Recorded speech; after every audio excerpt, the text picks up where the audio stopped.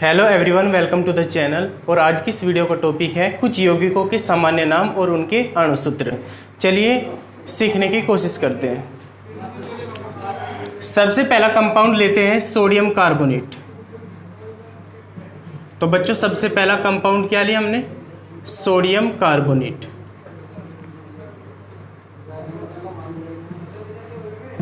Sodium carbonate, sodium होता है Na+ and carbonate होता है CO3-2 का चार्ज। इसका आवेश यहाँ पे आ जाएगा और ये फॉर्मूला बन जाएगा Na2CO3। क्या बन जाएगा? Na2CO3। तो सोडियम कार्बोनेट का अणुसूत्र क्या हुआ? Na2CO3।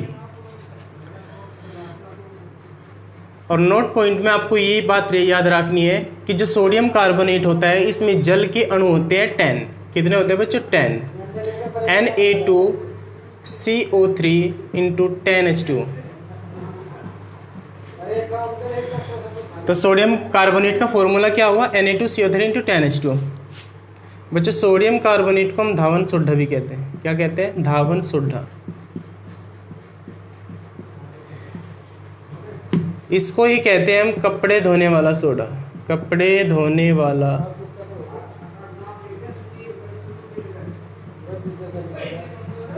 और इंग्लिश में क्या बोलेंगे इसको? Washing soda. Washing soda.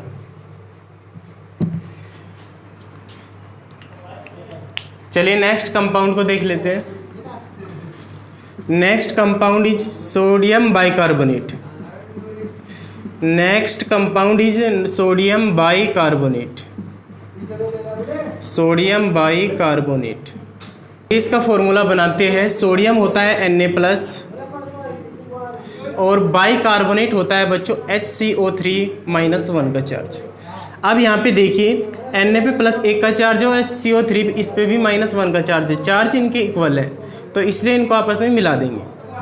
तो फॉर्मूला बन जाएगा NaHCO3। ये होता है बच्चों सोडियम बाइकार्बोनेट। इसे ही हम कहते हैं बच्चों, जो सोडियम बाइकार्बोनेट होता है इसे ही कहते हैं हम खाने का सोडा। क्या कहते हैं? खाने का सोडा, ईटिंग पाउडर। इसको ही कहते हैं बच्चों बेकिंग सोडा। क्या कहते हैं? बेकिंग सोडा या फिर बेकिंग पाउडर। बेकिंग पाउडर भोज्य पदार्थों में इसका प्रयोग किया जाता है। चलिए नेक्स्ट कंपाउंड को देख लेते हैं।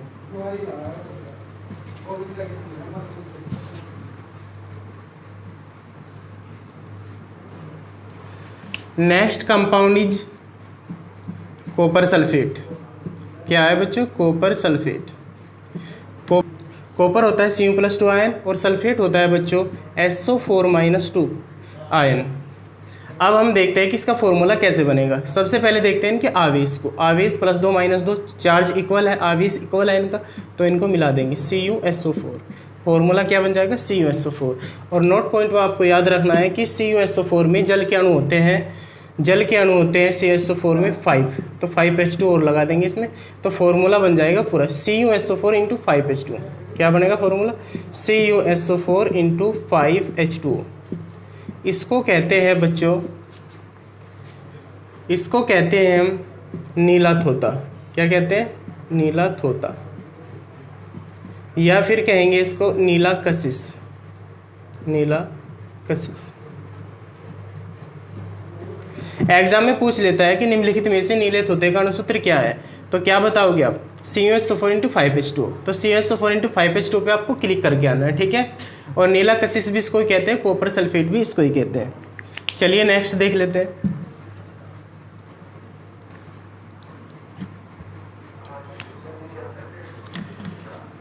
नेक्स्ट देख लेते हैं मैग्नीशियम हाइड्रोक्साइड। Magnesium hydroxide. क्या है बच्चों? हाइड्रोक्साइड। Magnesium hydroxide. मैग्नीशियम होता है बच्चों Mg+2 और हाइड्रोक्साइड होता है OH-। अब देखना हमें इसकी चार्ज इक्वल है या नहीं, इक्वल नहीं है तो क्रॉस मल्टीप्लाई ही कर देंगे, बहुत आसान है बनाना। तो Mg और जहाँ हमने बताया था 2 एलिमेंट होंगे तो इन्हें ब्रैकेट के अंदर करना है हमें, OH का ट्वाइस, MgOH का twice, magnesium hydroxide.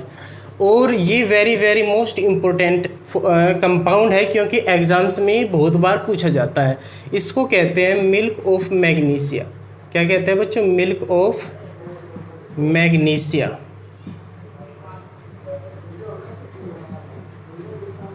Milk of magnesia कहते हैं बच्चों इसको। क्या कहते हैं? Milk of magnesia. चलिए नेक्स्ट कंपाउंड को देख लेते हैं, calcium oxide. Calcium oxide, calcium होता है बच्चों Ca+2 और ऑक्साइड होता है O-2। यहाँ पे भी चार्ज इक्वल है तो इनको मिला देंगे ऐसे ही करके CaO हो जाएगा। और इसको कहते हैं हम कैल्शियम ऑक्साइड को बिना बुझा चूना। बिना बुझा चूना क्या कहते हैं बच्चों? बिना बुझा चूना कैल्शियम ऑक्साइड को। और यहाँ से एग्जाम में प्रश्न पूछा जाता है, और किस टाइप से पूछा जाता है कि ये जो दीवारों पर सफ़ेदी होती है, दीवारों पर जो सफ़ेदी होती है, सफ़ेदी करने के लिए या फिर कली करने के लिए किसका प्रयोग किया जाता है? कैल्शियम ऑक्साइड का प्रयोग किया जाता है। और जब इसको जल में घोला जाता है तो बनने वाला पदार्थ क्या होता है? देखिए कली है, कली चूना, इसको क्या बोलेंगे हम? कली चूना। कली चूना क्या बोलेंगे बच्चों? कली चूना। अब ये जो कली चूना है, कैल्शियम ऑक्साइड जो है, इसको अगर हमने जल में रिजोल्व कर दिया, जल में घोल दिया, तो बनने वाला पदार्थ होगा कैल्शियम हाइड्रोक्साइड। देखिए CaO भी 2 होगी, H भी 2 होगी इसमें, तो OH का ट्वाइस कर देंगे। क्या कर देंगे बच्चों? OH का ट्वाइस। इसे कहते हैं हम कैल्शियम हाइड्रोक्साइड। कैल्शियम और OH से होता है हाइड्रोक्साइड, कैल्शियम हाइड्रोक्साइड हुआ। और आप सभी जानते हो, देखिए जब ये कली चूना होता है, इसमें दीवारों पर सफ़ेदी करते हैं तो कली चूने को हम जल में भी तो मिलाते हैं, तो जल में मिलाकर बन जाता है ये कैल्शियम हाइड्रोक्साइड। तो इसको दीवारों पर हम लेप देते हैं, ठीक है। और कैल्शियम हाइड्रोक्साइड होता है बुझा हुआ चूना। क्या होता है बच्चों? बुझा हुआ चूना, ठीक है। तो बुझे हुए चूने का फॉर्मूला क्या होता है? CaOH का ट्वाइस। और रासायनिक नाम क्या होता है इसका? कैल्शियम हाइड्रोक्साइड, ठीक है। और बुझा हुआ चूने का लेप कर दिया। कभी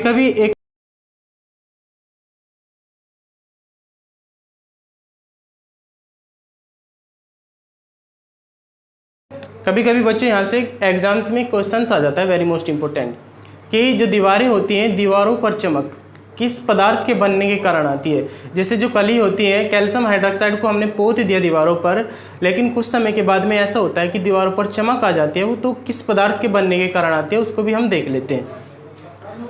इसको मैं रफ कर देता हूँ यहाँ से।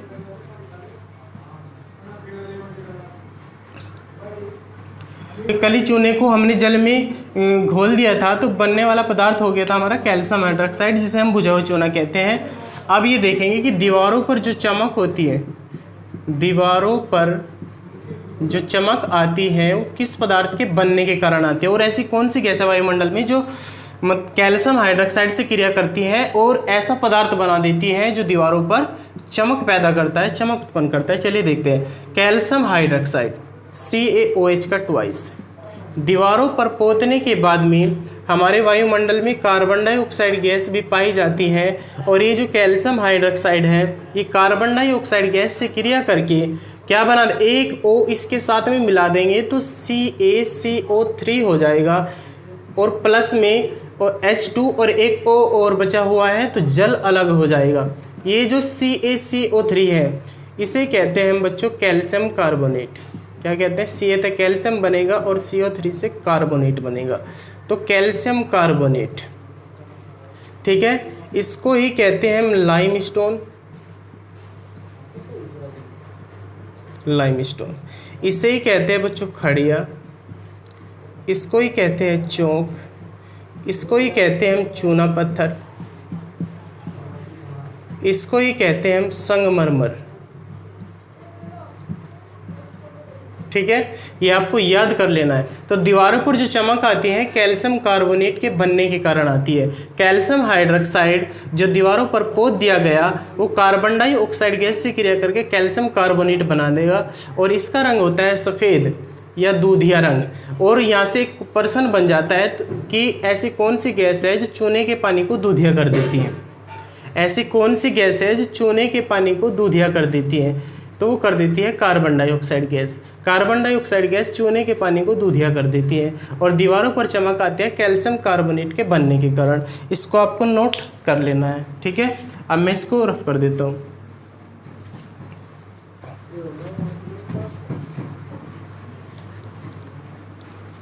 अब नेक्स्ट देखेंगे यहाँ से नोट पॉइंट। क्या होता है जब, क्या होता है जब,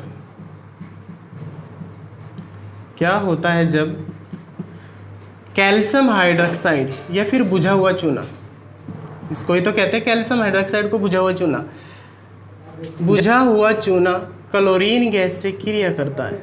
ये वेरी मोस्ट इंपॉर्टेंट है, यहाँ से एग्जाम्स में बहुत बार पूछा जाता है कि क्या होता है जब बुझा हुआ चूना या फिर कैल्शियम हाइड्रोक्साइड क्लोरीन गैस से, Cl2 गैस से, क्लोरीन गैस से क्रिया करता है तो बनने वाला जो प्रोडक्ट होता है ये बहुत ही ज़्यादा इम्पोर्टेंट प्रोडक्ट है और इसको आपको नोट करना है बहुत अच्छे तरीके से। देखिए कैल्शियम हाइड्रोक्साइड जब क्लोरीन गैस से क्रिया करेगा तो एक OH का ट्वाइस है ना, यहाँ पे H के भी 2 अणु हैं और O के भी 2 अणु हैं, तो यहाँ पे H2O को तो अलग कर देंगे, तो यहाँ पे एक O बचा हुआ है, एक O इसके साथ में मिला देंगे CaOCl2, तो ये बन गया आपका प्रोडक्ट ब्लीचिंग पाउडर। बच्चों क्या बन गया? Bleaching powder.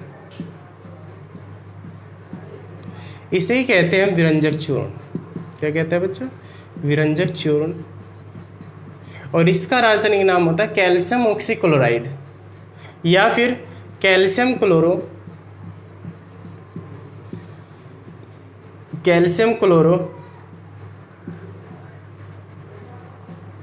हाइपोक्लोराइड,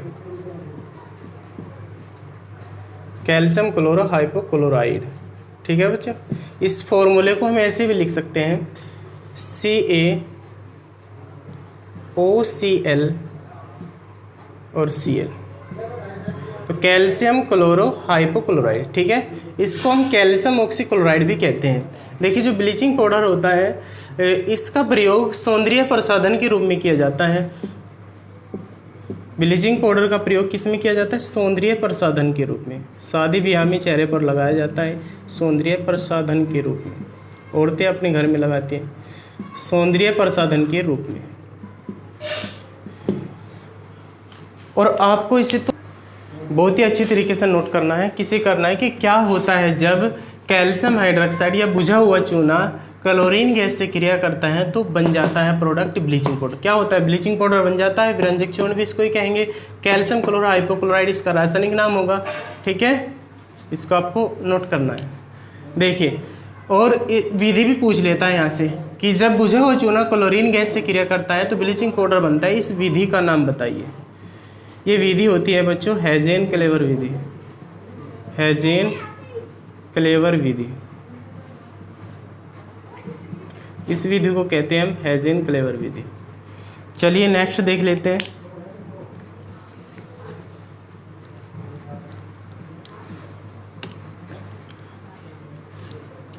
अब एक बहुत अच्छा सा कंपाउंड लेंगे, पोटेशियम सल्फेट। बच्चों पोटेशियम सल्फेट, पोटेशियम सल्फेट होता है,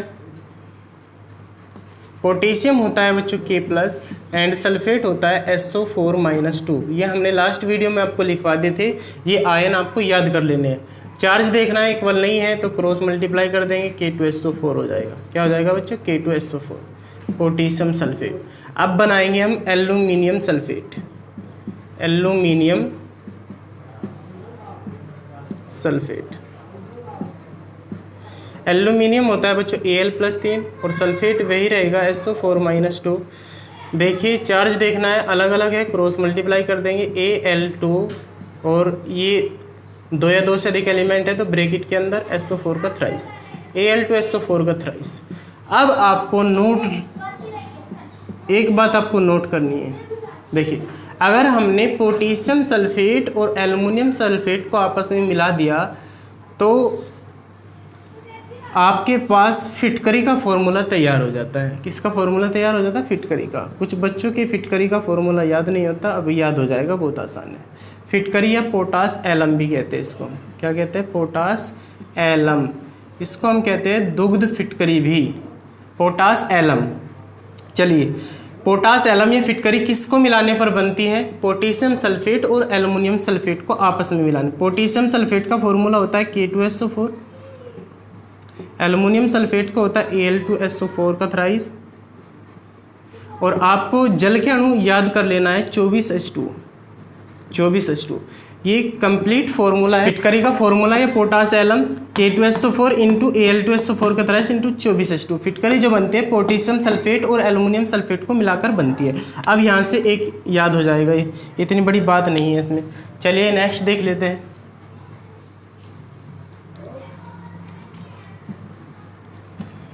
अब बनाएंगे बच्चों हम potassium permanganate. Potassium permanganate. Potassium क्या होता है? K+।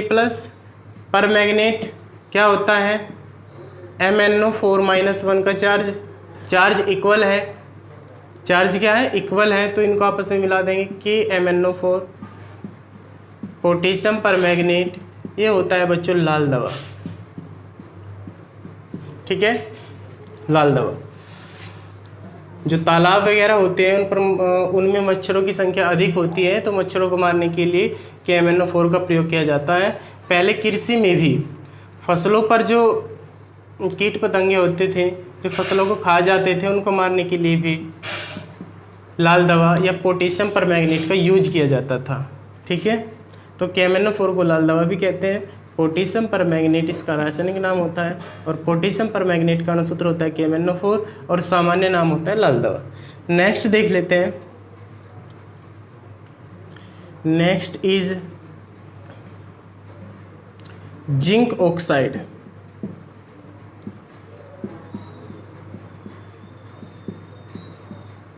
जिंक क्या होता है? Zn+2। ऑक्साइड क्या होता है? O-2। चार्ज इक्वल है, आपस में मिला देंगे ZnO। इसका यूज किया जाता है बच्चों जिंक ऑक्साइड का क्रीम बनाने में। जो चेहरे पर क्रीम लगाई जाती है, तो क्रीम बनाने में इसका प्रयोग किया जाता है। जिंक ऑक्साइड का प्रयोग क्रीम बनाने में किया जाता है। अब नेक्स्ट देख लेते हैं।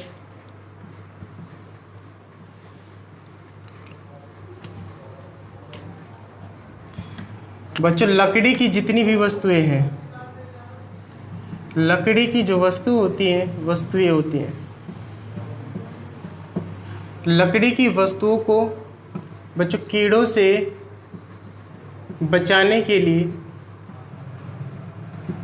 लकड़ी की जितनी वस्तु होती है बच्चों उनको कीड़ों से बचाने के लिए उन पर किसका लेप किया जाता है? तो किसका लेप किया जाता है बच्चों? जिंक क्लोराइड का। किसका प्रयोग किया जाता है? जिंक क्लोराइड का। लकड़ी की जितनी भी वस्तुएं होती हैं उनको कीड़ों से बचाने के लिए जिंक क्लोराइड का प्रयोग किया जाता है। और जिंक क्लोराइड का फॉर्मूला कैसे बनेगा? Zn+2 zinc chloride Cl-। Formula बनाएंगे तो ZnCl2 हो जाएगा। ठीक है, ये जिंक क्लोराइड है। तो लकड़ी की वस्तुओं को कीड़ों से बचाने के लिए जिंक क्लोराइड का प्रयोग किया जाता है। नेक्स्ट देख लेते हैं।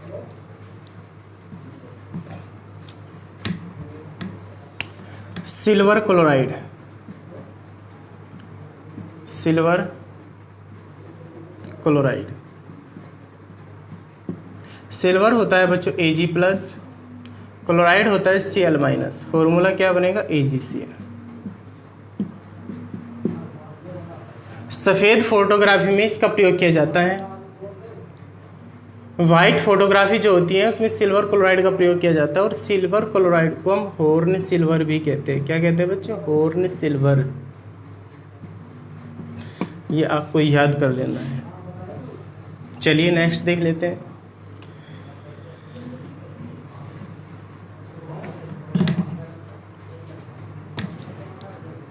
अब देखेंगे हम हाइड्रोजन सल्फेट, क्या देखेंगे बच्चों, हाइड्रोजन सल्फेट। हाइड्रोजन होता है बच्चों H+ और सल्फेट होता है बच्चों SO4-2। चार्ज देखना है हमें सबसे पहले, चार्ज अलग अलग है तो क्रॉस मल्टीप्लाई कर देंगे चार्ज की, H2SO4 हो जाएगा। और यहाँ से एग्ज़ाम में बहुत प्रश्न पूछे जाते हैं इससे रिलेटेड, सबसे पहला प्रश्न यही बनेगा। तो H2SO4 जो होता है इसमें अम्लीय परमाणु कितने होते हैं, अम्लीय परमाणु। अगर बच्चों किसी भी कंपाउंड में हमें अम्लीय परमाणु चेक करने हैं तो हमें देखना पड़ता है कि H+ है कितने, H+ है इसमें 2, कितने हैं 2, तो अम्लीय परमाणुओं की संख्या होती है H2SO4 में 2। दूसरा प्रश्न यहाँ से ये बनेगा कि H2SO4 जो होता है इसे हम क्या कहते हैं, इसे हम कहते हैं रसायनों का राजा, किंग ऑफ केमिकल, रसायनों का राजा कहते हैं इसको, किंग ऑफ केमिकल। क्या कहते हैं बच्चे, king of chemical. King of chemical कहा जाता है बच्चों H2SO4 को। इसको हम कहते हैं तेजाब, H2SO4 को तेजाब कहते हैं। H2SO4 को ही कहते हैं क्या कहते हैं, गंधक का अम्ल, गंधक का अम्ल।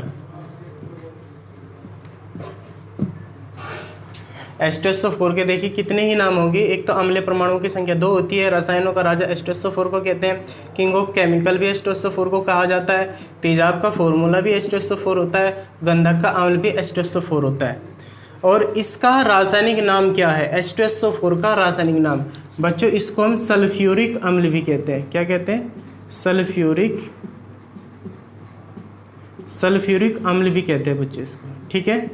तो सल्फ्यूरिक अम्ल का सूत्र क्या है, H2SO4।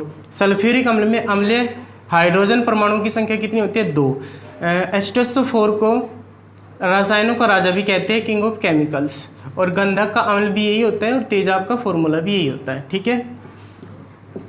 इसे तो आपको एग्जाम के लिए तैयार करना ही करना है, ठीक है। चलिए नेक्स्ट देख लेते हैं, इसको मैं रफ कर देता हूँ।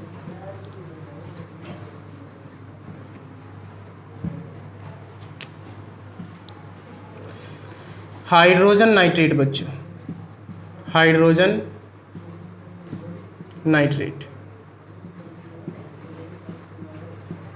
हाइड्रोजन होता है H+, नाइट्रेट होता है बच्चों NO3-1। चार्ज इक्वल है तो आपस में मिला देंगे HNO3। इसको कहते हैं बच्चों नाइट्रिक अम्ल। क्या कहते हैं बच्चों इसको, नाइट्रिक अम्ल। हाइड्रोजन नाइट्रेट को ही नाइट्रिक अम्ल कहते हैं, ठीक है। दूसरा बनाएंगे हम हाइड्रोजन क्लोराइड। क्या बनाएंगे बच्चों, hydrogen chloride, hydrogen chloride. Hydrogen H+ होता है, क्लोराइड होता है Cl-, फॉर्मूला बनेगा चार्ज इक्वल है HCl, ठीक है। अब यहाँ से एक वेरी मोस्ट इंपॉर्टेंट पर्सन बनेगा, very most important question exams के पॉइंट ऑफ व्यू से, कि एक तो होता है अम्लराज। क्या होता है, अम्लराज। अम्लराज कैसे बनता है, अम्लराज इतना खतरनाक है, ये सोने जैसी धातु को गलाने के लिए भी सक्षम है। सोना जो होता है गोल्ड, AU गोल्ड, या फिर सोना, वह अम्लराज में घुल जाता है। क्या हो जाता है, घुल जाता है। सोना देखिए बच्चों, सोना जो होता है गोल्ड या सोना AU, ये किसी भी अम्ल में नहीं घुलता, लेकिन अम्लराज जो है ये गोल्ड या सोने को गलाने के लिए भी सक्षम है। अब बात ये है कि जो अम्लराज है ये बनता कैसे, ये बनता है, एक भाग तो होता है HNO3 का बच्चों, एक भाग HNO3 का होता है, और एक भाग होता है हाइड्रोक्लोरिक अम्ल, 3 भाग होते हैं हाइड्रोक्लोरिक अम्ल के, 3HCl। कहने का मतलब ये है कि नाइट्रिक अम्ल और हाइड्रोजन क्लोराइड को हम कहते हैं हाइड्रोक्लोरिक अम्ल भी। क्या कहते हैं बच्चों, हाइड्रोक्लोरिक अम्ल। हाइड्रोक्लोरिक अम्ल जो होता है उसका सूत्र HCl ही होता है। क्या होता है बच्चों, HCl।